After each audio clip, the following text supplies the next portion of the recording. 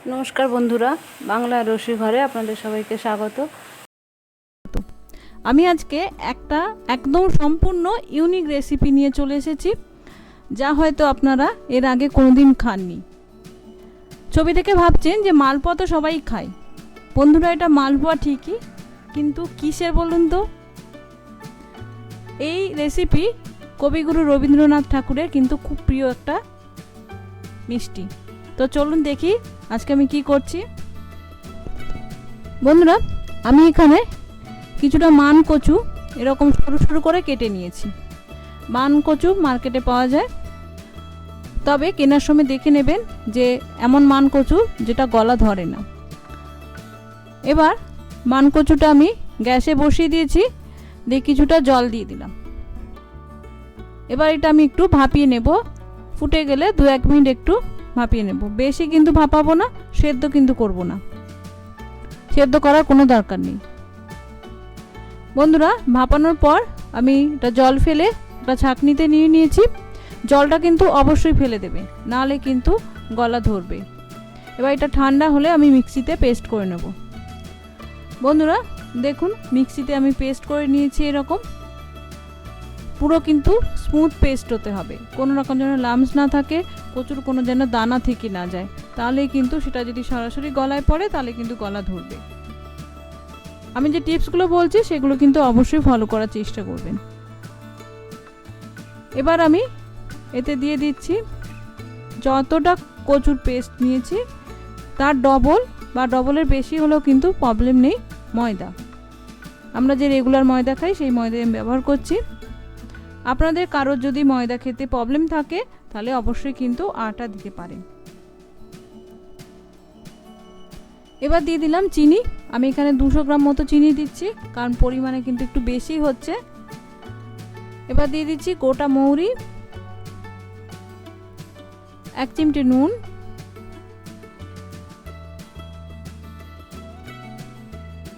এবার আমি দুধ দিয়ে দিয়ে এর একটা স্মুথ পেস্ট আমি তৈরি করে নেব।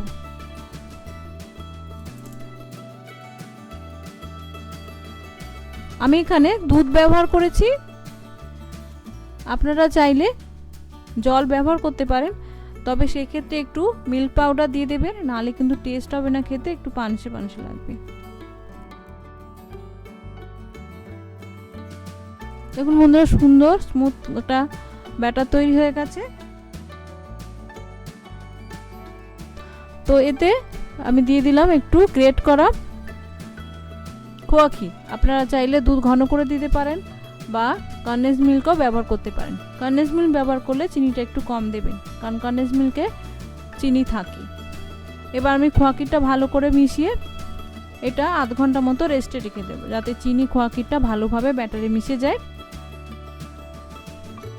বন্ধুরা, এবার নিশ্চয়ই বুঝে গেছেন আমি করছি মান কচুর মালপোয়া। বন্ধুরা, এই মালপোয়া খেতে কিন্তু অসাধারণ হয়। মান কচু দেখে নাক কুচকাবেন না, তাহলে কিন্তু লসে পড়বেন।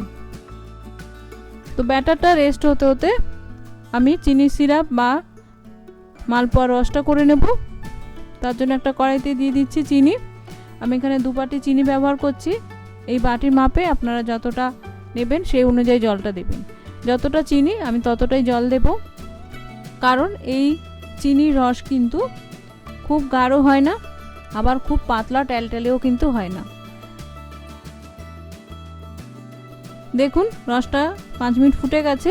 এবার আমি এতে দিয়ে দিলাম একটা ছোট এলাচ আর খুব সামান্য 1 পিঞ্চ বাসন্তী ফুড কালার। এটা কিন্তু সম্পূর্ণ অপশনাল, এটা জাস্ট রসের কালারটাকে দারুণ করে, ফলে মালপোয়ার কালারটাও কিন্তু দারুণ আসে। তাই জন্য আমি 1 চিমটে ব্যবহার করলাম। আপনাদের কাছে না থাকলে স্কিপ করতে পারেন, চাইলে 1 চিমটে কেশরও ব্যবহার করতে পারেন, সেক্ষেত্রে কিন্তু আরও ভালো সুন্দর গন্ধ হবে। দেখুন বন্ধুরা, আমি আরও 5 মিনিট জাল দিয়ে নিয়েছি। রসটা সুন্দর ঠিকঠাক হয়ে গেছে। হাতে নিয়ে এরকম একটু দেখবেন, যদি চটচট করে তাহলেই রেডি। এর থেকে বেশি ঘন করার দরকার নেই, বেশি ঘন হলে কিন্তু মালপোয়ার ভেতরে রসটা ঢুকবে না।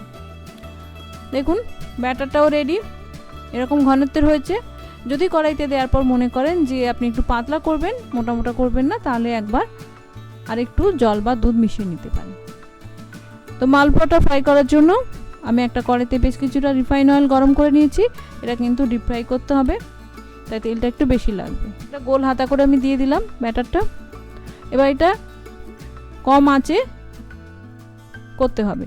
বেশি আঁচে যদি করেন তাহলে কিন্তু সঙ্গে সঙ্গে লাল হয়ে যাবে, নিচটা ধরে যাবে। আর বন্ধুরা, মালপোয়া করার সময় প্রথম মালপোয়াটা অনেক সময় একটু ধরে যায়, নিচে আটকে যায়, তার জন্য কিন্তু কোনো চিন্তা নেই। প্রথমটা ঠিকঠাক উঠে গেলে কিন্তু পরে ঠিকঠাক উঠে যাবে। তাই আমি খুন্তি দিয়ে একটু এভাবে ধারগুলো একটু ছাড়িয়ে নেব। সুন্দর কিন্তু ফুলে উঠেছে মালপোয়াটা।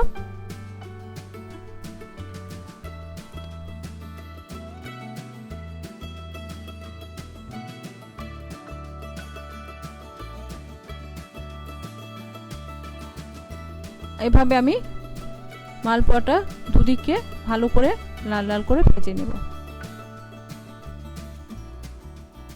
দেখুন সুন্দর দুদিকে লাল লাল হয়ে গেছে। এবার আমি এটা তেল থেকে ভালো করে তুলে নেব। এভাবে বাকি মালপোয়াগুলো আমি করে নেব। এটা কিন্তু গরম অবস্থাতেই রসের মধ্যে দিয়ে দিতে হবে। আর খেয়াল রাখবেন মালপোয়া দেওয়ার সময় রসটা যেন সামান্য গরম থাকে। ঠান্ডা রসে কিন্তু মালপোয়ার ভেতর রস ঢুকবে না।